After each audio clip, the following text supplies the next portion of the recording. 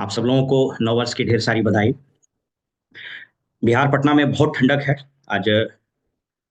यहाँ का तापमान 15 डिग्री सेल्सियस है और फील लाइक 8 डिग्री 8। सो हम लोग यहाँ अभी मसूरी और शिमला का आनंद उठा रहे हैं। सो बट स्टिल ठंडक है, लेकिन आज बहुत जबरदस्त एक्साइटमेंट है, इसलिए गर्मी भी है, डिजिटल गर्मी। आजकल सब कुछ डिजिटल होता है। सो आप सब लोगों का स्वागत है। और मैं आज आपसे क्या बात करूं, वो ईश्वर जानते हैं। मैं क्या बोलूंगा वो भी ईश्वर जानते हैं। विगत एक सप्ताह 10 दिन से कुछ व्यस्तता थी, कुछ पारिवारिक चुनौती के कारण। बट वो लाइफ इज ऑल अबाउट चलता है। जैसा श्रवण जी ने बताया, और आप लोग जानते भी होंगे, मैंने पिछले साल भारतीय प्रशासनिक सेवा से अ, मुक्ति पा ली। मैं retired IAS officer, you can say now. I left the job last year, and when I retired I was secretary in the department, government of Bihar secretary, highest level होता है। और I was heading school examination board at the same time and doing multiple jobs. तो उसके बाद मेरे दो बच्चे हैं। मेरी बेटी मास कम्युनिकेशन जर्नलिज्म की, वो भी अभी अभी आई हुई। घर में थोड़ा सा एक ट्रेजेडी हो गया था, उसके वजह से आई हुई है यहाँ। ऐसे मुंबई में रहती है वो। और यूएन का एक इंटरनेशनल सोलर अलायंस का एक प्रोजेक्ट कर रही थी, उसके सिलसिले में विगत 5 6 7 महीने से वो अलग अलग देशों में घूम रही थी। बेटा मेरा दिल्ली में है। देखिए, मैं अपनी बात यहाँ से शुरू करूँ कि ये बिजनेस एज सच, मैंने कई बार बताया, but this business as such कुछ ऐसा नहीं था कि हमको कुछ बिजनेस करना है। बिहार में वैसे भी नौकरी को लेकर के बड़ा क्रेज होता है। I belong to a very humble background. मुझको इस जाड़े की आज सर्द रात में मुझको मेरा 86 87 का साल याद आ रहा है। जो लोग उस उम्र के होंगे और पटना में होंगे या पटना के आसपास रहते होंगे, तो उनको मैं बताऊं, आज उस दिन को याद करके मैं बड़ा भावुक हुआ। 86 का समय था, मैंने इंटर पास किया और मेडिकल में जाना चाहता था। मैंने कई बार बताया I wanted to become a doctor, but my father who was a businessman, हम उनका कोल माइंस था। We had coal mines in Jharia Dhanbad. 1971 there was a policy of government of India in Srimati Indira Gandhi. That was the policy of nationalization. So our collieries were nationalized in 1971. Our all the properties were seized and confiscated and attached by the district collector. So my father told me that you should become an IAS officer. So somehow to 86 में जब मैं पटना में आया, तो मेरी हालत इतनी खराब थी कि मैं आपको बताऊं, क्योंकि 71 में सारा चीज जब्त हो गया था और ज्वाइंट फैमिली थी, सब कुछ निकल गया। और जब मैं पढ़ने को आया पटना में, तो मुझको याद है कि एक हाफ स्वेटर, एक मफलर, दो खादी का कुर्ता और जीन्स का पैंट और एक हवाई चप्पल। ये मैं आपको इसलिए बता रहा हूँ, कोई मैं कोई अपनी वाहवाही नहीं लूट रहा हूँ, मैं बताने ये चाह रहा हूँ। जीवन में जब कभी भी चुनौती आपको आएगा, तो आपको हमेशा याद रखना चाहिए कि कदाचित ईश्वर इस चुनौती के लायक और इस चुनौती के सहारे आपको बिल्ड करना चाहते हैं। मुझको याद है कि उन दिनों 4 डिग्री टेम्परेचर चला गया था पटना का, और एक रूम में हम लोग 4 स्टूडेंट्स रहते थे, और एक ही कंबल था जिसमें हम लोग 3 लोग समा सकते थे, चौथा आदमी नहीं घुस सकता था उसमें। सो फोर्सिबली हम लोग चौथा व्यक्ति, चौथा स्टूडेंट जो थे हम लोग दोस्त, वो रोटेशन वाइज पढ़ते थे, क्योंकि 4 आदमी सो नहीं सकता था। एक कंबल में 3 ही आदमी सो सकते थे, तो चौथा आदमी फोर्सिबली पढ़ता था ताकि वो जगा रहे। तो आज मुझको अनायास वो दिन याद आया कि कैसे वक्त का पहिया बदलता है और चीजें बदलती हैं। दोस्तों, जहां तक इस बिजनेस का ताल्लुक है, मैं बताते चलूं आपको कि लगभग 34 साल की सरकारी इस नौकरी में, और बड़ी शिद्दत से मैंने नौकरी की। ईश्वर की कृपा से थोड़ा जियो पॉलिटिकल इन्वायरमेंट मेरे लिए थोड़ा हॉस्टाइल था, बट ईश्वर की असीम कृपा से बेदाग रहा। और इस नौकरी से जितनी सैलरी, मैं आपको ये एम्फेसाइज करके बताऊं, जितनी सैलरी इस नौकरी से मेरे को मिली, उतना पैसा इस बिजनेस ने मेरे परिवार को 12 से 13 साल में दे दिया। आप सोच लीजिए, इस देश की सबसे बड़ी नौकरी में मैं था, और जो सैलरी एंड अलाउंसेस हम लोग को मिलते हैं, ऑफ कोर्स बहुत सारी सुविधाएं आईएएस को मिलती है, और वो जीवन भर मिलती रहती है। जब तक मैं इस धरती पर जिंदा हूँ, वो सारी सुविधाएं मेरे को मिलते रहेगी। वो गवर्नमेंट ऑल इंडिया सर्विसेज का रूल्स होता है। लेकिन मैं आपको एम्फेसाइज करके ये बता रहा हूँ कि यद्यपि बिजनेस में आने का कोई इरादा नहीं था, बाय डिजाइन नहीं आए हम लोग, बाय डिफॉल्ट आ गए, हेल्थ के कारण आ गए, मेरा स्वास्थ्य खराब रहा था, तो मैंने कई बार बताया है। लेकिन धीरे धीरे धीरे धीरे बिजनेस इतना बड़ा हो गया कि आज इस मुकाम पर आए। दूसरी चीज आपको ये बताते चले कि सब कुछ मिला। थोड़ा मेरे पढ़ने का शौक है, आप मेरे पीछे जो देख रहे हैं मेरी लाइब्रेरी है। मेरी नौकरी की अभी भी 10% इनकम हम इसी में इन्वेस्ट करते हैं। I have a huge library, पढ़ने का शौक है। और अगर सही पूछिए आज, तो हम आपको बताएं कि नौ अब इस बिजनेस को आगे करने का कोई मजबूत कारण मेरे पास नहीं, लेकिन मैं क्यों कर रहा हूं, why I am continue with this business, इसलिए कि एक लॉ है, लॉ ऑफ टीथिंग उसको बोलते हैं। जो आपने लिया है समाज से, संसार से, देश से, मानवता से, उसको लौटा देना चाहिए आपको। और ये कर्ज अगर है, तो मैं जब तक मेरी सांस है तब तक कोशिश करूंगा कि मैंने जो समाज से लिया, इस बिजनेस से लिया, आप लोगों से लिया, इतना प्यार, इतना सम्मान, वो सब एक एक पाई पाई हम आपको लौटाएंगे। और इसीलिए इस बिजनेस में हम कंटिन्यू करें। अन्यथा यकीन मानिए, कोई पैसे की अब बहुत चाहत नहीं, पैसा बहुत है, बहुत आया भी, लगातार आता रहता है, सारी चीजें हैं, बच्चे भी अपने जगह पर हैं, लेकिन अब एक ही चीज हमको मोटिवेट करता है। I want to help each and every person across the country or the globe in this business or other way, so that they can live a meaningful, successful, healthier and happier life. मैं इसीलिए जी रहा हूँ। मैं यहीं से अपनी बात शुरुआत करता हूँ। मेरी आवाज आ रही है श्रवण जी? बीच में आप बोलेंगे, इतना पिन ड्रॉप साइलेंस है कि कई बार डिजिटल में नहीं पता नहीं। ही नहीं चलता है कि हम अकेले तो नहीं बोल रहे नहीं नहीं, हैं। बिल्कुल दोस्तों, सब लोग थम्स अप करके सर को बताते रहिए। So nice. आज हम अपनी बात आपके साथ एक पॉजिटिव नोट के साथ शुरू करेंगे, और आई होप कि हमको शेयर करने का थोड़ा सा, वॉइस बहुत टेक से भी हम नहीं है, लेकिन हम ये आपको थोड़ा सा दीजिएगा तो एक आध चीज दिखाने का प्रयास करेंगे, इफ आई कुड कैन जी डू भैया, दिस। आपको होस्ट हैं ऑलरेडी। अच्छा, तो वो शेयर का starting share will stop, other participant come to, क्या लिख रहा है, कंप्यूटर साउंड है, do you want, okay okay okay, sorry. So मैं, नीति आयोग ने अभी एक पेपर प्रोड्यूस किया है, Indian economy would be $18 trillion by 2047। Last में नीचे देखिएगा, एक लिखा हुआ एक sentence, Viksit Bharat, unshackling job creators, empowering growth drivers. यहां से हम अपनी बात शुरू करते हैं। इस बिजनेस में आप कर क्या रहे हैं? You are creating not jobs, you are helping people to become entrepreneurs. मेरी बात थोड़ा ध्यान से सुनिएगा। आज हम इस बिजनेस के एक दूसरे पैराडाइम और इस देश के एक दूसरे पैराडाइम पर बात करेंगे। यह देश, जब मैं आपको ये इसलिए बता रहा हूं कि हमेशा याद रखिए, इंसान, समाज, देश सिर्फ रिसोर्सेस से नहीं बढ़ता है, सिर्फ उसके पास बहुत धन हो उससे नहीं बढ़ता है, बढ़ता है एक मजबूत लीडरशिप से। और ये जो बिजनेस है ना, this is a business of leadership. जितना बड़ा नेतृत्व आपका होगा, जितनी आभा आप बिखेरिएगा, उतना बड़ा बिजनेस आपका होगा। देखिए देश ने कैसे साबित किया। और हमेशा याद रखिए कि जब तक देश, समाज आगे नहीं बढ़ेगा, आप अकेले आगे नहीं बढ़ सकते, और अगर आप बढ़े भी तो you will create an oasis in desert. देखिए 1947 में जब हम देश आजाद हुआ, तो उस देश का इकोनॉमी मात्र $2 बिलियन था, और पूरी दुनिया की अर्थव्यवस्था के हम मात्र 3% थे। प्रति व्यक्ति आय बताने की आवश्यकता नहीं, हम किस गुर्बत में थे। हमेशा याद रखिएगा, $1 ट्रिलियन आज के तारीख में लगभग 80 से 85 लाख करोड़ रुपया होता है। ये बहुत प्योर इकोनॉमिक्स है, लेकिन हम, I will try to speak before you and try to explain in a very simple manner.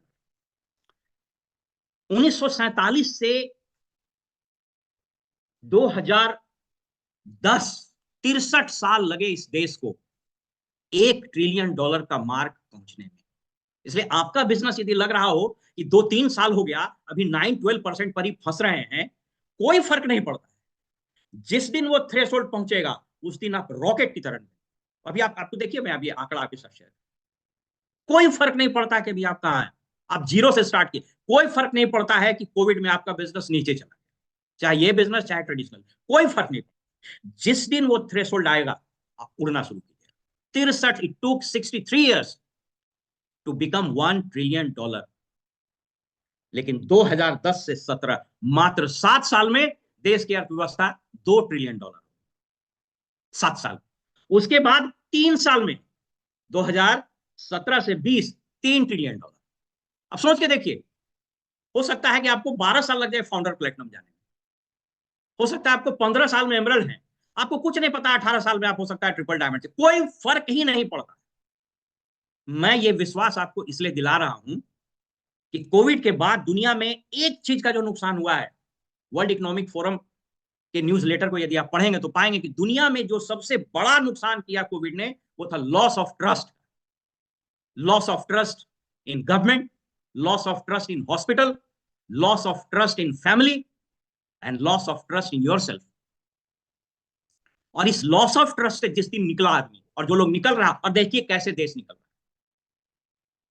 अब 2020 से 2024, अभी जो अंत हुआ है दिसंबर, उसके डाटा रिलीज हो रहे हैं। वी आर $4 ट्रिलियन, 8 चौको 32, 320 लाख करोड़ रुपया का। We are the 5th largest economy. Japan नीचे गया हमसे। और ये जो पेपर प्रोड्यूस जो अभी आपको मैंने दिखाया विकसित भारत का, नीति आयोग का, एक नियम है इकोनॉमिक्स में, उसको बोलता है रूल ऑफ 72। आप कभी पढ़ेंगे। उस रूल को एक्सप्लेन करते हुए नीति आयोग कहता है कि अब हर एक 18 महीने में इस देश में $1 ट्रिलियन जीडीपी बढ़ेगा। यानी 1.5 साल में 80 से 85 लाख करोड़ रुपया ऐड हो रहा है इकोनॉमी में। आप सोच करके देखिए। Sometimes I become very excited. मैं 2047 तक रहूंगा न रहूंगा मुझको कुछ पता नहीं, लेकिन ये देश दुनिया के शीर्ष पर रहेगा। इसको आप नोट करें। ये रूल कहता है कि हर एक 1.5 साल में Indian economy will grow by $1 trillion, and after every 6 years it will be doubled. तो आज 24 खत्म हुआ, 6 30, 4 दुनिया 8, 8 बिलियन ट्रिलियन। 24 से छोड़ दीजिए, 30 16। एक अनुमान के मुताबिक 2047 में यह कंजर्वेटिव फिगर दिया गया है $18 trillion. Probably it will go above 2022 trillion dollar, and the country will become probably at the top or at least the second largest economy of the world. अब आप सोच करके देखिए, ये रोमांचित आपको करता है कि नहीं मुझको नहीं पता, लेकिन मुझको बहुत रोमांचित करता है। और नारा ही दिया है अनसैकलिंग जॉब क्रिएटर्स। आने वाला समय नौकरी करने वाले का नहीं है, बल्कि उसका है जो एंटरप्रेन्योर्स है, जो क्रिएट कर रहा है। अगर कोई व्यक्ति इस हॉल में जो फाउंडर्स प्लैटिनम है, उसके टर्नओवर को जोड़ दीजिए, उसने कितने लोगों को हेल्प किया है जोड़ दीजिए, तो आपको बिलीव नहीं होगा। क्योंकि एक फाउंडर्स प्लैटिनम, कंजर्वेटिव फिगर हम लेके चल रहे हैं, किसी का कम किसी का ज्यादा हो सकता है, एक फाउंडर्स प्लैटिनम अपने ऑर्गेनाइजेशन में कम से कम 15 से 20 वैसे लोगों को खड़ा कर देता है, वो जो इनकम बनाता है, उस इनकम को बनाने के लिए कम से कम 20 से 25 लाख रुपए की इन्वेस्टमेंट हो। अगर 20 लाख भी जोड़ दीजिए और 10 आदमी को भी जोड़िए, तो 20 और 10 कितना करोड़ हुआ। एक फाउंडर प्लैटिनम कम से कम 50 से 60 करोड़ रुपया का एंटरप्रेन्योर है। लेकिन चूंकि इस बिजनेस को स्टार्ट करने में कोई पैसा नहीं लगता है, इसलिए हम इसकी कीमत ही नहीं समझते। यही समझने की आवश्यकता है। मैंने ये आंकड़े आपको जस्ट इसलिए दिए कि आप लोग, या खास करके जो जो बच्चे हैं, जो लड़के हैं, जो जेन वाई के हैं, जेन जेड आजकल आ रहा है, उन बच्चों को एक्साइटेड होना चाहिए। क्योंकि हम लोग तो संक्रमण काल के हैं। हमने लालटेन भी देखा, बिजली आते जाते भी देखा, और वो समय भी देखा कि जब बिजली नहीं कटती। हम लोग कार्बन पर रिपोर्ट बनाते भी देखे, टाइपराइटर भी देखे, इलेक्ट्रॉनिक टाइपिंग मशीन भी देखे, कंप्यूटर भी देखे, आर्टिफिशियल इंटेलिजेंस भी देखे।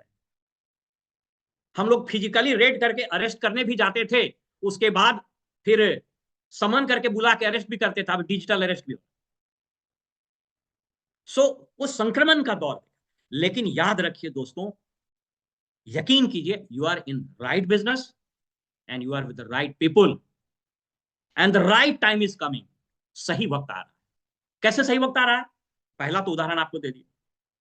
दूसरा उदाहरण, आपने देखा कि एमवे ग्लोबल में कितने चेंजेस हुए। सीईओ, इंडिया का GM, and along with all the teams, they have been changed. Why? आपको एक एग्जांपल देते हैं। आप अगर आप इस बिजनेस में एमरल्ड हैं तो आपके 3 लेग प्लैटिनम है। अगर आप फाउंडर एमरल्ड हैं तो आपके 3 लेग फाउंडर्स प्लैटिनम। आप एमवे को सोच लीजिए, 108 प्लस कंट्री, 100 को ही मानिए फॉर द प्रैक्टिकल पर्पसेस, तो उसके 100 लेग हैं। The Amway owner has 100 legs. अगर आपको 3 लेग में कुछ गड़बड़ होता है तो आप चिंतित हो जाते हैं। तो क्या लगता है कि डग डिवॉस और वेंडल फैमिली को चिंता नहीं होती कि मेरा 100 लेग में 2 लेग गड़बड़ा रहा है, आपका 6 लेग गड़बड़ा रहा है, 2 लेग गड़बड़ा रहा है, एक आदमी कुछ डगमगाया, प्लेटिनम था, अभी फोन नहीं उठा रहा, तो आप चिंतित हो रहे हैं। तो आपको क्या नहीं लगता है कि जो बैठा हुआ है एडा में, हम लोग गए थे 18 में वहां, उसको क्या नहीं लगता है कि आपकी चिंता, उसको एक एक आदमी की चिंता है। And they have made a plan not only to come back but bounce back. अंग्रेजी में एक शब्द है जगरनॉट, जगरनॉट का मतलब होता है धक्का देख के खोलना। The prosperity is on the verge of make a jolt, your business is juggernauting, धक्का मार के आपके पास आने वाला है। खाली दरवाजा को बहुत चाबी से टाइट करके बंद नहीं कीजिएगा, दरवाजा को फिर सटा हुआ भी है ना, झटका मार के आपको खोल करके निकल जाएगा, ये बता रहे हैं। That is why I said good times ahead, वो वक्त आ रहा है। दोस्तों ये तो हमने जस्ट आज पढ़ रहे थे, तो मुझको लगा कि आपके साथ कुछ चीज शेयर करें आज। आप लोग तैयार हैं सुनने के लिए? आज हम एक जबरदस्त बात आपसे करेंगे कि दुनिया भर में क्या हो रहा है। क्या सिर्फ हिंदुस्तान ही उससे उसके दौर से गुजर रहा है? क्या ये रिजिलियंस सिर्फ हम में और आप में है? क्या ये पूरा इकोनॉमी रिवाइटलाइज्ड होने के कारण हम ही और आप एक्साइटेड? क्या दुनिया में इस बात की चिंता नहीं हो रही है कि बिजनेस में जो बहुत सारे एबरेशन से क्रॉस द ग्लोब आए हैं, उसके कारण क्या कठिनाई हो रही है? आज आपके साथ एक बहुत अच्छी चीज शेयर करेंगे। हार्वर्ड बिजनेस स्कूल में एक बहुत बड़े प्रोफेसर हैं, और वो बहुत सारी कंपनीज में सीईओज भी रहे हैं। Is a very decorated personality. उनका नाम है हुबर्ट जॉली। उन्होंने एक रिसर्च पेपर पब्लिश किया और एक किताब लिखी है, और उस किताब पर ही आज थोड़ा सा हम बात करेंगे। उस किताब का नाम है the heart of the business, the heart of the business. उन्होंने कहा कि दुनिया में जितनी जितने बिजनेस है ना, उसका हार्ट है क्या basically? Whether it is Amway business, whether it is Johnson and Johnson, whether it is X Y Z, heart है क्या? और हमेशा याद रखिए, हृदय का काम रक्त को धमनियों में पहुंचाना है, चाहे वो इंसान का हृदय हो, चाहे वो बैल का हृदय हो, चाहे हाथी का हृदय हो, चाहे किसी का हृदय। ठीक उसी तरीके से बिजनेस का हृदय है क्या? आज आइए आपसे बात करते हैं कि बिजनेस का हृदय क्या है। और बेसिकली जब उसको हम पढ़े तो आई बिकेम वेरी एक्साइटेड कि जाने अनजाने हम लोग हृदय पर ही काम कर रहे हैं। बाकी लोग तो नाखून और बाल को चमकाने में लगा हुआ है, बाकी लोग तो कॉस्मेटिक चीजें कर रहा था, तो हम लोग तो सही में न्यूट्रलाइट और आर्टिस्टी का भीतर से काम कर रहे हैं। आइए उसको देखते हैं। मेरी आवाज आ रही है स्पष्ट?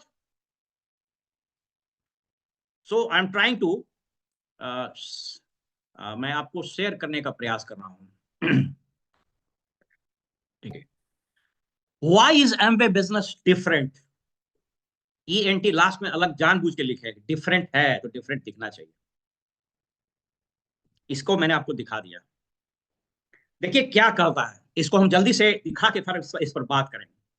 The heart of the business, किसी भी बिजनेस का हार्ट क्या होता है? और अगर आपने अपने बिजनेस के हार्ट को मजबूत रखा तो यकीन कीजिए टर्नओवर ऊपर नीचे जाएगा, पिन ऊपर नीचे जाएगा, लोग आएंगे जाएंगे। अगर हृदय मजबूत है तो आपका बिजनेस आगे जाएगा ही जाएगा। इसमें पॉइंट नंबर 1 है परसू ए नोबल काउज। क्या है नोबल काउज? क्यों इतने लोग, क्यों अलग अलग प्रोफाइल के? कोई दुर्गा भाई अभी बता रहे हैं, आप सोच के देखिए क्यों है वो यहाँ। एक डॉक्टर साहब बता रहे थे, कोई हाउसवाइफ है, कोई स्टूडेंट है। कहता है कि इसके कुछ की ड्राइवर्स हैं। नोबल काउज का क्या मतलब है? Critical for people to thrive in their life and their business, leaders must enable its leader down the line. हम लोग लोगों के लिए काम करते हैं, it's a business of people. This is not at all the business of product, product तो by product है। ऑथेंटिक ह्यूमन कनेक्शन हमेशा याद रखिए, सही कनेक्शन लोगों के साथ आप बिठाते हैं, इस नोबल काउज को परसू कीजिए। दैट इज किसी भी बिजनेस में। आपने देखा अभी रतन जी टाटा गुजर गए। रतन टाटा जी और बाकी सब बहुत सारे इंडस्ट्रीज में क्या फर्क है? Authentic human connection. को जमशेदपुर में रहने का मौका लगा, वहां जब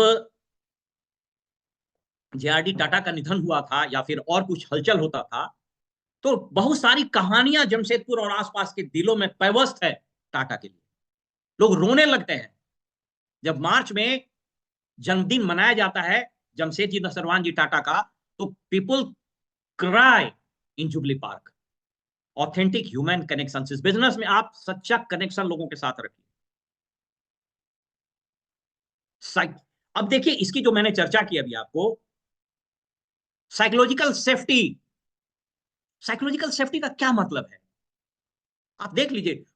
leaders must learn to set the right framework for psychological safety, invite participation and respond productively when people speak up. कैसे सरवन जी सबको हाथ उठा के क्यों वेलकम कर रहे थे, क्यों रिकॉग्नाइज किया जा रहा है? उसको एक साइकोलॉजिकल सेफ्टी मिलता है। अरे भाई, अभी कितने लोगों ने बताया कि अगर मैं कर सकता हूं तो आप भी कर सकते। This is a kind of psychological safety. Joint family क्या होता है? साइकोलॉजिकल सेफ्टी है। कोई कम कमा रहा है, कोई ज्यादा कमा रहा है, कोई बूढ़ा हो गया, कोई इनेबल हो गया, साइकोलॉजिकल सेफ्टी। एक बाप जब अपने बेटे को, अपनी बेटी को अपनी छाया देता है तो उस बेटी और बेटे को एक साइकोलॉजिकल सेफ्टी का महसूस। मजबूत कंट्री एक साइकोलॉजिकल सेफ्टी देता है कि मैं इस देश का नागरिक हूं, अगर मुझको कुछ हुआ तो मेरा देश मेरे साथ खड़ा हुआ। तो इस बिजनेस में आपका होता है कि नहीं होता? Autonomy. Leaders need to create freedom within a frame so each can use his unique genuine to create extraordinary outcome. हर आदमी अपने आप में यूनिक है। आपको जान करके आश्चर्य होगा, अभी तक लगभग 900 करोड़ लोग इस धरती पर आए हैं, साइंस कहता है 900 करोड़। उस 900 करोड़ में किसी का आयरिस, किसी का थंब इंप्रेशन नहीं मिलता है। ईश्वर ने सबको अलग अलग बनाया, यूनिक बनाया। उसको ऑटोनॉमी दीजिए। लर्निंग, इसके बारे में कितना बात करें, becoming great at what we do, इस पर चर्चा ही करना बेकार है। अब देखिए, नोबल पर्पस की चर्चा हमने किए थे। जब इसका पूरा इंटरेक्शन कीजिएगा, पूरा इंटरसेक्शन कीजिएगा, तो आपको लगेगा, आपको समझना होगा what is uniquely good in your plan. अगर आप प्लान दिखाते हैं तो क्यों यूनिक है? हार्ट ऑफ द बिजनेस वही है। ठीक है, पैसा कैसे आता है दैट इज ओके, बट वो व्यक्ति को क्या उसमें यूनिक लगता है?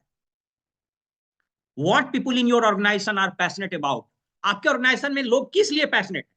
कोई हो सकता है हेल्थ के लिए बहुत पैशनेट हो, कोई रिकॉग्निशन के लिए पैशनेट हो, कोई ब्यूटी के लिए पैशनेट हो, कोई लोगों को हेल्प करने के लिए, कोई घूमने के लिए। And how their passion can make money. अभी मॉर्निंग न्यूट्रिशन चल रहा है। If it becomes your passion, you can make money out of this. मैंने ए की चर्चा की, अब जल्दी से इसको खत्म करते हैं। बी, पीपल सेंट्रिक अप्रोच, वो प्रोफेसर कहते हैं, और उन्होंने बहुत सारे बिजनेसेस को एनालाइज किया, इंक्लूडिंग माइक्रोसॉफ्ट। जब वो कोविड के बाद, जब सब में लल आया, सब में डिक्लाइन हुआ, तो इस पर रिसर्च किया गया कि हम लोग जो भाग रहे हैं एआई और टेक्नोलॉजी और टेक्नोलॉजिकल डिसरप्शंस, आफ्टर ऑल जब तक पीपल सेंट्रिक अप्रोच आपका नहीं होगा, आप नहीं ग्रो कर सकते हैं। Putting people at the centre of the business. और सोच करके देखिए, 1959 में रिच डिवॉस ने लोगों को सेंटर में रख करके ये बिजनेस लाया था। And that is why this business will go, it will go on, it will continue.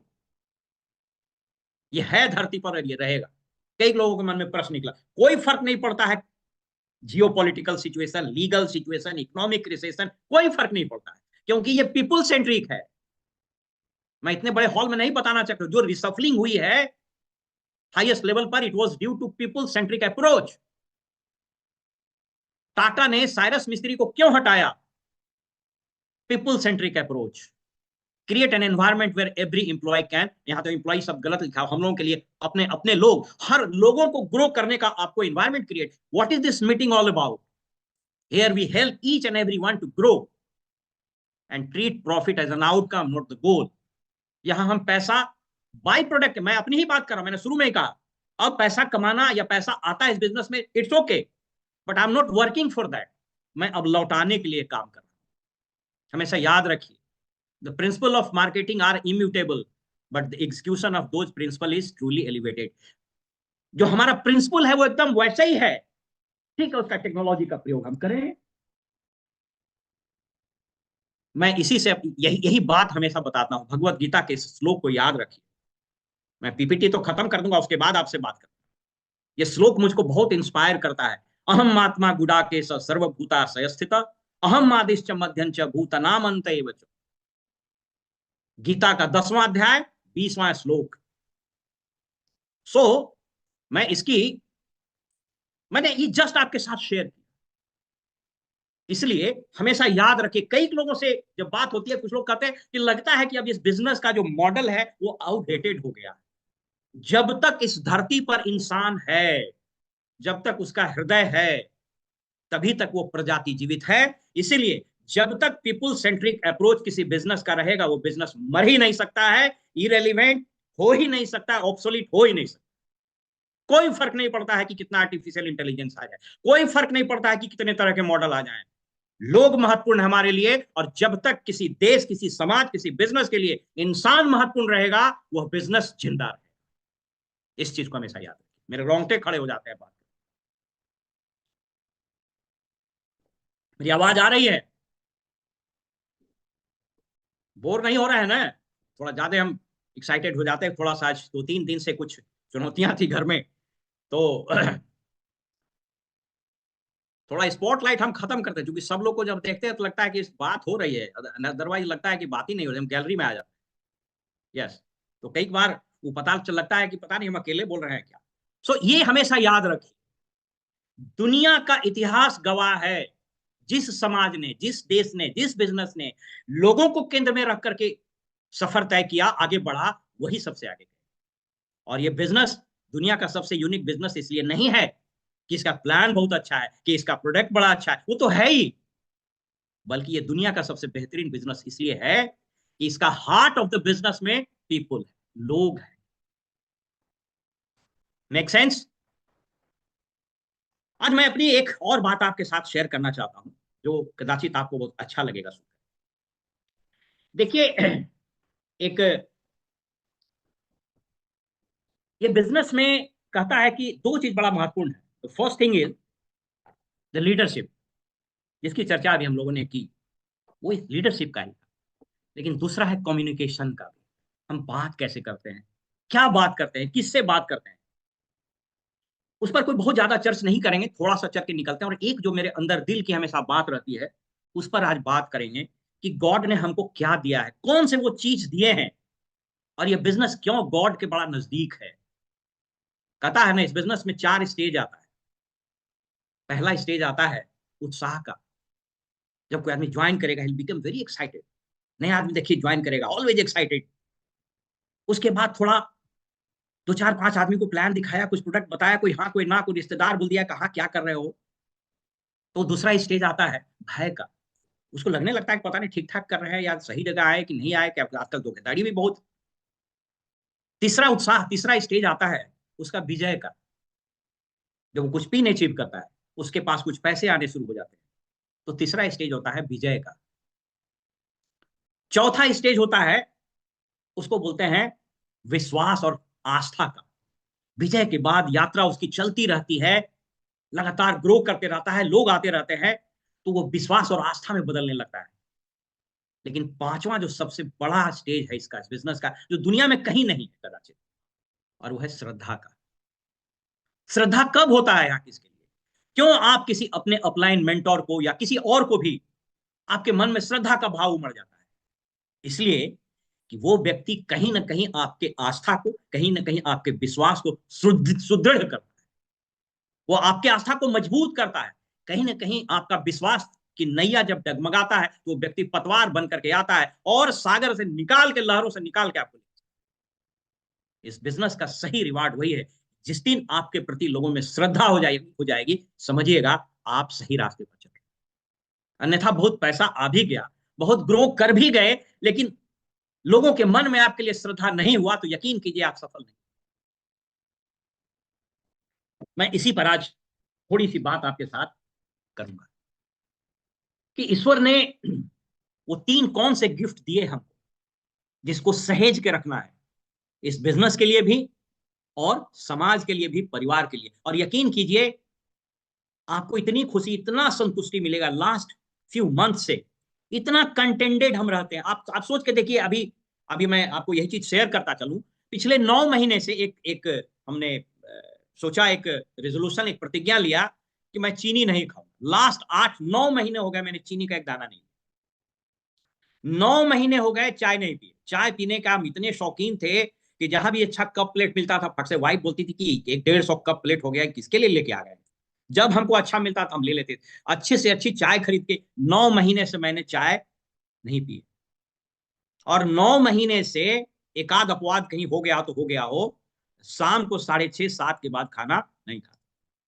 उसका परिणाम ये हुआ, और 1 घंटा लगातार आसन और प्राणायाम करते हैं, उसका परिणाम ये हुआ कि जब मुक्ति मिली जॉब से तो उस वक्त मेरे कमर का साइज 36 था।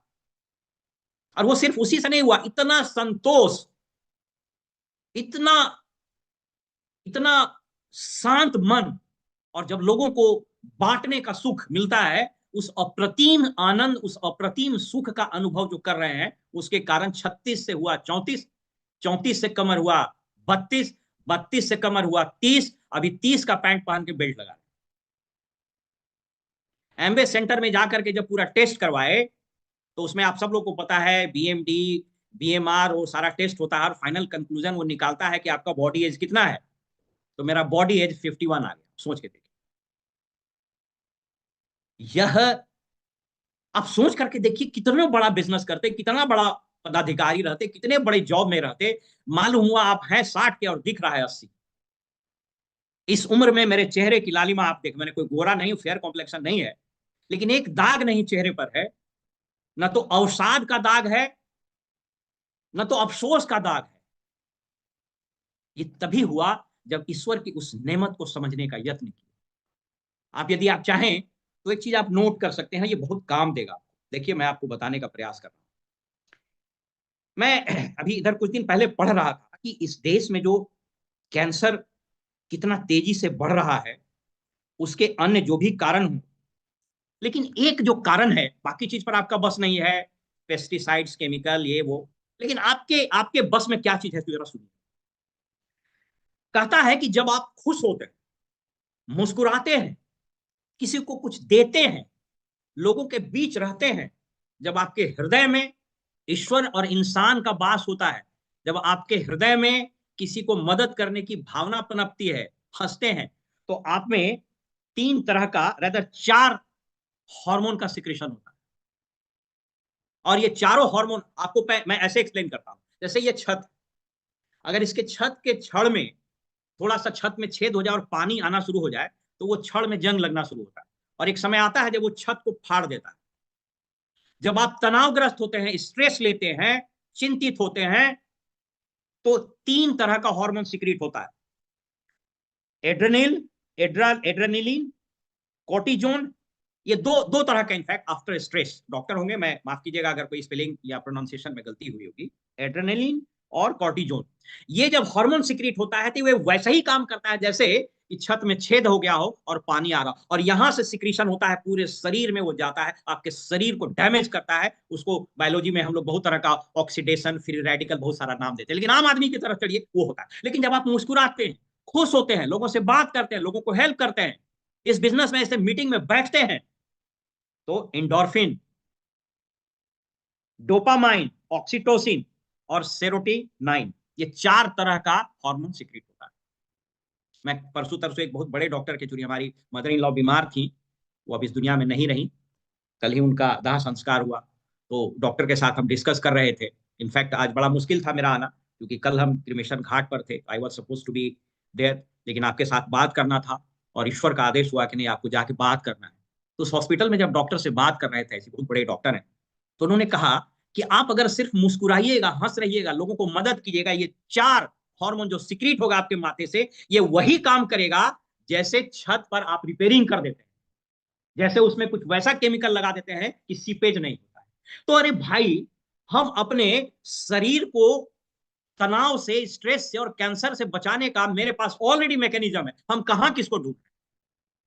वो कहता है ना कि हिरनी के पेट में ही वो कस्तूरी का सुगंध रहता है, और इंसान जहां तहां ढूंढते रहते हैं। इस बिजनेस ने न सिर्फ आपको शानदार प्रोडक्ट्स दिए हैं, जो रक्त की धमनियों से लेके एक एक कोशिकाओं से लेके आपके चेहरे को ठीक करता है, अपितु इस बिजनेस ने आपको वो ताकत दी जो हजारों लाखों के चेहरे पर आप खुशी बिखेर सकते हैं। और ये वही बिजनेस का हृदय, that is heart of the business, और वही वो प्रोफेसर कह रहा है कि हार्ट ऑफ द बिजनेस यही है। हाथ खाली है मगर व्यापार करता हूं, आदमी हूं आदमी से प्यार करता हूं। आप मुस्कुराइए ना, फिर देखिए खेल। तो मैं उसी 3 गिफ्ट की बात आपसे बात करके अपनी बात खत्म करता हूँ। इनफैक्ट थोड़ा ज्यादा समय हो गया, मेरे पास 5-7 मिनट का वक्त है श्रवण जी। बिल्कुल सर। ओके, तो आप देखिए मैं जल्दी से खत्म करता हूं। ये तीन ताकत, तीन गिफ्ट गॉड ने क्या दिया है, क्या उस गिफ्ट को आप संभाल कर रखे हैं? इस शादी में मिलता है गिफ्ट, कैसे लिफाफा मिलता है, उसको देखता है थोड़ा बढ़िया वजन वाला तो उसको पॉकेट में रखता है, थोड़ा हल्का वाला तो उधर फेंक देता है। तो ये जो वजनदार गिफ्ट ईश्वर ने दिए हैं उसको आप क्या सहेज के रखे हैं, उसको आप ध्यान से सुनिए। और जब मैं ईश्वर कह रहा हूं तो मैं उस परम पिता की बात कर रहा हूं, चाहे वो आप जिस धर्म के हो, आप हिंदू हो, आप आप मुस्लिम भाई हो, आप क्रिश्चियनिटी से हो, कहीं से हो, मैं गॉड के ईश्वर की बात करता हूं। और ईश्वर ने ये नेमत दी, पहली नेमत, इंसान को छोड़ करके इस धरती पर किसी को भी freedom and power to choose नहीं दिया। Freedom and power to choose and freedom and power to laugh. आपको जान करके आश्चर्य होगा, इंसान को छोड़ के बाकी कोई हंसना जानता ही नहीं है, किसी को हंसने नहीं आता। लेकिन खुदा और ईश्वर की दी हुई इस नेमत को हम लोगों ने सी के रख दिया है, बंद किए रहते हैं, मुस्कुराते ही नहीं। पहला पावर। दूसरी power, natural laws and principles. जो नेचुरल लॉज हैं कुछ, उसमें वो ईश्वर ने आपको दिए हैं। क्या वो नेचुरल लॉज ईश्वर ने आपको दिए हैं? क्या आप उस नेचुरल नेचुरल लॉज के साथ है कि प्रकृति के उस नियम के विपरीत आप चल रहे हैं? पहला है लॉ ऑफ हार्वेस्ट। आप जो रोपिएगा वही काटिएगा, याद रखिए हमेशा। इस बिजनेस में जो प्लान दिखाते हैं, लोगों को प्रोडक्ट देते हैं, तो आपका थीम, आपका मोटिव क्या रहता है? क्या आपका मोटिव ये रहता है कि अगर आ गया तो एक 10,000 का ले लिया तो 100 पीवी हमारा हो गया तो मेरा इस महीने का काम चल जाएगा? कहीं ये तो मोटिव नहीं। कहीं ये तो मोटिव नहीं कि इसको लाते हैं पकड़ धकड़ के जुगाड़ लगा के ये आ जाएगा तो 10-20 आदमी दे देगा आपको। तो लॉ ऑफ हार्वेस्ट है, जैसा आप रोपिएगा वैसे ही पाइएगा। तो अगर हृदय से काम करते हैं कि भाई अगर ये आदमी समझ गया, अगर इस आदमी को ये के बात समझ में आ गई तो इसका जीवन बदल जाए, अगर ये इस प्रोडक्ट का इस्तेमाल कर लिया, अगर वो इस कार्यक्रम में शामिल हो गया तो उसका जीवन बदल जाएगा, स्वस्थ हो जाएगा।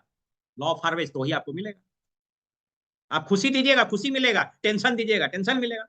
तो वो पिक्चर देखे थे ना सुनील शेट्टी का, उसमें डायलॉग है, कभी भी टेंशन लेने का नहीं देने का, तो यहां ना लेने का ना देने का। लॉ ऑफ अट्रैक्शन आपने कई बार पढ़ा होगा, मैं इस पर ज्यादा बात नहीं, लॉ ऑफ अट्रैक्शन हमेशा, लेकिन इसको एकदम समझिए ऐसे, ईश्वर के यहां न शब्द नहीं है। God has deleted a word no. याद रखिए, अगर आप प्रार्थना कर रहे हैं, हे ईश्वर हमको बीमार नहीं बनाइए, तो गॉड के यहां नो नहीं है, उस कंप्यूटर में नो है ही नहीं, तो नो कट जाएगा, तो क्या बनेगा? हे ईश्वर हमको बीमार कर दीजिए, अब बीमार हो। हे ईश्वर हमको गरीब नहीं बनाइए, तो नहीं तो डिलीटेड है, तो हे ईश्वर हमको गरीब बनाइए। लॉ ऑफ अट्रैक्शन कहता है जो आप बोलिएगा वही ब्रह्मांड में जाकर के लौटेगा। भगवत गीता में भगवान कृष्ण ने कहा शब्द मरते ही नहीं है, लौट के आते हैं। लॉ ऑफ अट्रैक्शन, मुस्कुराइएगा मुस्कुराहट मिलेगी, अगर आप प्रॉस्पेरिटी दीजिएगा आपको प्रॉस्पेरिटी मिलेगी। ये नेचर का लॉ है जो हमारे और आपके साथ काम करता है। लॉ ऑफ टीचिंग, देना। आप जो दीजिएगा, अगर आपके पास ज्ञान है, अगर उसको देते हैं तो वो बढ़ता है।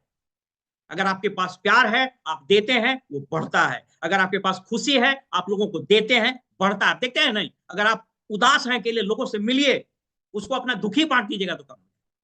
ये लॉ है नेचर का। Ask believe and receive. मांगिए। आप कभी पढ़िएगा, आप आइंस्टाइन को पढ़िएगा, उन्होंने लिखा है कि जब वो खोज कर रहे थे तो वो जब भी धरती पर पैर रखते थे, सुबह सुबह उठते थे, पैर रखते थे, तो वहीं से थैंक यू गॉड कहना शुरू करते थे।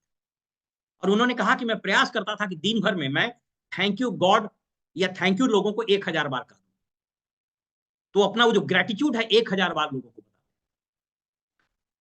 मैं शॉर्ट कर दे रहा हूं। और तीसरा और अंतिम लॉ जो दिया है वो जबरदस्त है गॉड का, और उसका प्रयोग करिए, क्योंकि उसका अगर प्रयोग कर डाला तो लाइफ झिंगा ला। क्या है वो तीसरा लॉ? वो तीसरा लॉ है पावर ऑफ इंटेलिजेंस। कौन सा इंटेलिजेंस? की बहुत ज्ञानी है हम? कौन सा इंटेलिजेंस की कितना तेजी से दूसरों को बेवकूफ बना दे रहे हैं? कौन सा इंटेलिजेंस? देखिए कौन सा इंटेलिजेंस की चर्चा, मैं जल्दी से बता देता हूं। बेसिकली 4 तरह का इंटेलिजेंस गॉड ने दिया है, चाहे तो लिख भी सकते हैं, बहुत अच्छा। मेंटल इंटेलिजेंस जिसको हम लोग आईक्यू बोलते हैं, आईक्यू के बारे में बहुत कुछ बात करने की आवश्यकता नहीं है। मेंटल इंटेलिजेंस, 80 बिलियन सेल्स होता है यहाँ। एक बहुत बड़ी साइंटिस्ट थी डॉक्टर कैंडेक पर्ट, उन्होंने कहा था कि जब तक इंसान जिस दिन तक जिंदा रहता है तब तक नए सेल बनते हैं शरीर में, और हर सेल उसके इंटेलिजेंस में कंट्रीब्यूट करता है। इसलिए इस बिजनेस में भी आप 90 साल का कोई फर्क नहीं पड़ता। आप जिस दिन तक आपके सांस में सांस चल रही है उस दिन तक आप कर सकते हैं। That is very important. Mental intelligence IQ भी बोलते हैं। फिजिकल इंटेलिजेंस, सोच लीजिए कि गॉड का क्या इंटेलिजेंस। हृदय अपने आप धड़कता है, आपको आपसे पूछता है रात में, आप तो सो जाते हैं, वो कहेगा कि नहीं आप तो बोल नहीं रहे थे, हम थोड़ा देर हम भी रेस्ट ले लिए। हृदय, लंग्स, लीवर, सारा फंक्शन कर रहा है अपने आप। बेसल मेटाबॉलिक रेट, आप कुछ नहीं भी करते हैं तो 1200 से 1400 कैलोरी आपका जल जाता है। Physical intelligence PQ. तीसरा इमोशनल इंटेलिजेंस, ईक्यू बोलते हैं। मैं आज उसकी चर्चा नहीं, मैं चौथे इंटेलिजेंस की चर्चा करूंगा, और वही बेसिकली आपके पूरे जीवन, पूरे इस बिजनेस को बदल करके, जिस पर काम करने की आवश्यकता, और वही सारा चीज बदलता है। इमोशनल इंटेलिजेंस का मतलब होता है कि आप देखेंगे कि बहुत सारे लोग किसी के चेहरे के भाव से पकड़ लेते हैं। एक अंग्रेजी में शब्द है ट्रिपिडिएशन, माने आपको लगने लगेगा कि ये इस पर क्या गुजरी है, चेहरे का भाव बता देता है। और ईश्वर ने जो चौथा इंटेलिजेंस दिया है, वह दुनिया में लोगों को बड़े उपलब्धि हासिल करा। वही दुनिया में बड़े बड़े बिजनेस लीडर, बड़े बड़े पॉलिटिकल लीडर, बड़े बड़े साइंटिस्ट के पास वही इंटेलिजेंस होता है। और वो चौथा इंटेलिजेंस यानी तीसरे गिफ्ट का चौथा इंटेलिजेंस है, that is called spiritual question या स्पिरिचुअल इंटेलिजेंस। इसको समझने की आवश्यकता है, क्या है ये, इसी को बता के हम अपनी बात खत्म करते हैं। अभी एक किताब हम पढ़ रहे हैं, देखिए किताब है फ्रीडम एट मिडनाइट। ये किताब लिखी हुई है एक फ्रेंच राइटर की, डोमिनिक लैपिए और लैरी कॉलिंस। इन लोगों ने 1975 में ये किताब लिखी थी। और देश की आजादी के समय दुनिया में लिखी जाने वाली किसी भी किताब से बड़ी किताब है ये। और मजेदार बात यह है कि यह न तो ब्रिटिश है, न तो इंडियन है, न तो पाकिस्तानी है, ये फ्रेंच है। 1971 से इस दोनों शख्स ने काम शुरू किया था। 800 केजी का अखबार, 800 केजी पेपर रिसर्च में जमा किए। 32 घंटे का ऑडियो रिकॉर्डिंग इंटरव्यू का था, इंक्लूडिंग इंदिरा गांधी। और बरसों बिताए इसने गलियों में, कलकत्ता के गली में, झोगड़ी झुप्पी में 6-7 महीना रहा। कलकत्ता के लोग इस डोमिनिक लैपियो को बंगाली नाम दे दिया था, बोलता था डोमिनिक दा, डोमिनिक दा, डोमिनिक दा। इस स्पिरिचुअल क्वेश्चन के बारे में लिखता है, गांधी के बारे में। क्या वो स्पिरिचुअल क्वेश्चन था जिससे ब्रिटिश हुकूमत कांपता था? चर्चिल के बारे में लिखा है कि अगर चर्चिल 1945 में इलेक्शन नहीं हारते और वो इंग्लैंड के प्रधानमंत्री रहते तो कदाचित देश को कुछ दिन बाद और आजादी मिलती। उसके बाद चर्चिल हारते हैं, क्लेमेंट इटली प्रधानमंत्री बन के आते हैं। उसके बाद जनवरी में माउंटबेटन को भेजा जाता है। मैं स्पिरिचुअल क्वेश्चन की बात बता रहा हूं। माउंटबेटन अपने इंटरव्यू में बताते हैं कि जब पार्टीशन का बात उठा रहमत अली और जिन्ना के बाद, पूरा मुल्क, खास करके नॉर्थ वेस्ट का इलाका और इधर ईस्ट का इलाका में जबरदस्त कॉम्युनल राइट हुए। ब्रिटिश के पास इतनी बड़ी फौज, इतनी बड़ी पुलिस फोर्स, माउंटबेटन एक्सेप्ट करता है कि मैं इतने तमाम सेना और सैनिक और पुलिस के बावजूद आज अपने आप को बेबस महसूस कर रहा हूं उस नंगे फकीर के सामने, जिसके पास इतना इंटेंस पावरफुल स्पिरिचुअल क्वेश्चन है कि जहां वो बैठ जाता है, जहां वो बैठ जाता है उपवास पर, वो इलाका शांत हो जाता है। That is called spiritual question. इस बिजनेस में आपके जाने के बाद, आपके पहुंचने के बाद, आपके फिजिकल, आपके डिजिटल अपीयरेंस से क्या लोगों का विश्वास इस कदर बढ़ जाता है कि उसको लगता है कि यस आई कैन डू, वो स्पिरिचुअल क्वेश्चन। अगर आप ऑफलाइन मेंटर हैं, चाहे कुछ भी हैं, आप इंडिविजुअल ही लीडर, आप इंडिविजुअल ही ऑर्गेनाइजेशन है। हम तो चले थे अकेले जानिबे मंजिल, मगर लोग मिलते गए, कारवां बनता गया। आज आप अकेले खड़े, आपको पता ही नहीं आपके पीछे कितनी बड़ी दुनिया, कितने बड़े लोगों का कारवां चले। That is spiritual question. क्या आपके प्लान दिखाने के बाद एक वो और फूटता है कि लगता है कि यस मैं इसी आदमी की तलाश में।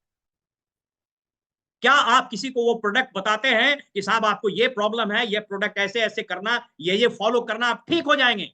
तो क्या उसको विश्वास जगता है? वही स्पिरिचुअल और इस पर काम करने की आवश्यकता। दुनिया भर में रिसर्च ये बताते हैं, चाहे पॉलिटिकल हो, चाहे इकोनॉमिक हो, चाहे बिजनेस हो, चाहे इंडस्ट्री हो, कहीं भी वो स्पिरिचुअल क्वेश्चन। एक रतन टाटा जब खड़ा होते थे तो पूरा ऑर्गेनाइजेशन को लगता था कि यस, मेरे साथ तो रतन टाटा। क्या आप अपने ऑर्गेनाइजेशन के साथ जब खड़े होते हैं तो आपका एक एक बंदा, चाहे वो आज ज्वाइन किया हो, चाहे 10 साल पहले ज्वाइन किया हो, वो नई ऊर्जा प्राप्त करता है? वो है स्पिरिचुअल क्वेश्चन। क्या आपके आपके कारण, क्या आप श्रद्धा से देखे जा रहे हैं? क्या आपकी उपस्थिति लोगों में नई ऊर्जा का संचार करते हैं? क्या आपकी उपस्थिति लोगों में विश्वास और आस्था को पुनर्जीवित करता है? वो स्पिरिचुअल। दोस्तों, यह बिजनेस कभी भी ज्ञान से नहीं चलेगा। आप कितने ज्ञानी हो जाए कोई फर्क नहीं पड़ता है, क्योंकि कहता है, एक रिसर्च बताता है कि व्यक्ति अपने बारे में सुनने, जानने और प्रशंसा किए जाने के लिए 1000 गुना ज्यादा ललायित रहता है बनिस्पत दूसरे। एक बहुत बड़े सोशल साइंटिस्ट थे, मैं उनका नाम भूल रहा हूं, विलियम समथिंग नाम था उनका, नाम भूल जा। उन्होंने कहा कि इस दुनिया की सबसे बड़ी चाहत किसी इंसान की यह है कि वो रिकॉग्नाइज होना चाहता है। वो स्पिरिचुअल क्वेश्चन है। क्या वो सम्मान, क्या वो आदर, क्या वो प्रशंसा, क्या वो विश्वास आप ट्रांसफर कर पाते हैं? वो स्पिरिचुअल क्वेश्चन। सोच करके देखिए कि वो व्यक्ति, बूढ़ा नंगा फकीर, जिसको साउथ अफ्रीका में टिकट रहने के बावजूद उठा के फेंक दिया था, और वहां से उठा कहा कि साउथ अफ्रीका में सिविल लिबर्टी की लड़ाई लड़ी, हिंदुस्तान आता है वो व्यक्ति, गलियों में, झुग्गियों में, झोपड़ों में, एक जगह का वर्णन उसमें दिया हुआ है कि वेस्ट बंगाल में जा रहे थे जहां दंगा हो रहा था, शांति का संदेश लेकर के लोग उनके रास्ते में मैला फेंक दिए, फीकल मैटर, पैखाना फेंक दिए, गांधी झाड़ू से लेकर उसको साफ कर रहे थे और उसके पास जा रहे। वो स्पिरिचुअल क्वेश्चन। चर्चिल इतना डरता था कि जब 45 में यहां पर अकाल पड़ा, वेबल उस वक्त का वाइस राय था, उसने लिखा कि यहां पर बहुत अकाल पड़ रहा है, बहुत लोग मर रहे हैं, जल्दी से आजादी दे दीजिए, बहुत लोग मर रहा है, जल्दी से निर्णय लीजिए। वो चर्चिल इतना इतना दुष्ट था कि वो कहता है वेबल से कि वो सब तो ठीक है, लेकिन वो गांधी मरा कि नहीं? एक नंगे फकीर से पूरा इंग्लैंड थर्राता था। जब वो पहली बार व्यक्ति गया बकिंगम पैलेस में, कहा कि यहां तो ड्रेस का प्रोटोकॉल है, बोला मैं तो ऐसा ही रहूंगा।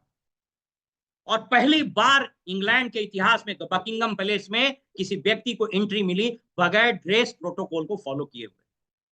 क्या वो ताकत आप पैदा कर रहे हैं? क्या किसी के पास आप गए जो निरुत्साहित है, तो उत्साह है, कैसे होगा, नहीं हो रहा है, आगे नहीं बढ़ रहे हैं, ये हो गया गड़बड़, मीटिंग नहीं हो रहा है, ऐसे टीएनए हो गया, ये हो गया, वो गड़बड़ा रहा है, कैसे मेरा होगा? आप जैसे ही जाते हैं, क्या वो सारी चीजें बिल्कुल परफ्यूम की तरह उड़ जाता है? That is what. इसलिए दोस्तों याद रखिए, इस बिजनेस में लीडर वो नहीं है जो बहुत जानता है। इस बिजनेस में लीडर वो भी नहीं है जिसके पास बहुत पैसा है। इस बिजनेस में लीडर वो भी नहीं है जो बहुत स्मार्ट है। इस बिजनेस में वो भी लीडर नहीं है जो बहुत बहुत बढ़िया बोलता है। गांधी कभी बढ़िया नहीं बोलता। Gandhi has never been a good lawyer. कभी नहीं बोल पाते थे। पहला बार जब उनको भाषण देने के लिए गया तो कागज लेके पढ़ रहे थे, वो भी नहीं बोल पाए। लेकिन इंपॉर्टेंट यह है कि क्या आप वैसे लीडर हैं जो उत्साह का संचार, विश्वास का संचार, आस्था का संचार कर पाते हैं? अगर वो कर पाते हैं तो you are on the right place. दोस्तों, मैं ईश्वर से यही प्रार्थना करूंगा, और यकीन मानिए, जिस दिन आपको यह यकीन हो जाएगा कि चूंकि देश बढ़ रहा है, देश का नेतृत्व बढ़ रहा है, आप भी बढ़ेंगे। आने वाला सदी, आने वाला वर्ष 2025 आपके लिए शानदार होने वाला है। आपको अंदाजा भी नहीं कि कितनी सारी चीजें हो रही हैं। इस देश का पूरा पैराडाइम बदल चुका है। इस देश में अब उसकी पूछ नहीं है जो नौकरी मांग रहा है। इस देश में उसकी पूछ है जो होप दे रहा है, लोगों को खड़ा कर रहा है, अपने पैरों पर खड़ा कर रहा है। इस बिजनेस में अगर आप डायमंड है तो आप अंदाज लगा लीजिए कि कम से कम 200 करोड़ का इंडस्ट्री आप चला रहे हैं, क्योंकि एक डायमंड के ऑर्गेनाइजेशन में कम से कम 100 लोग तो ऐसे होते हैं जो एक शानदार इनकम बनाते हैं, जिस इनकम जो ऐसा कोई कंपनी में काम करता तो 100 करोड़ का इन्वेस्टमेंट। आप अगर प्लैटिनम है तो कम से कम 25-30 करोड़ का इन्वेस्टमेंट आपने किया हुआ ट्रेडिशनल बिजनेस खड़ा कर दिया है, और सिर्फ इकोनॉमिक टर्म्स में नहीं, आपने लाखों करोड़ों लोगों का जीवन बदल कर। तो मैं इसी के साथ अपनी बात खत्म कर रहा हूं। बहुत ज्यादा समय हो रहा है, एंड सॉरी थोड़ा ज्यादा समय मैंने ले लिया। उम्मीद है कि आप सब लोग नए साल में इसी उत्साह और इसी प्रगति के साथ आगे बढ़ेंगे। Thank you so much.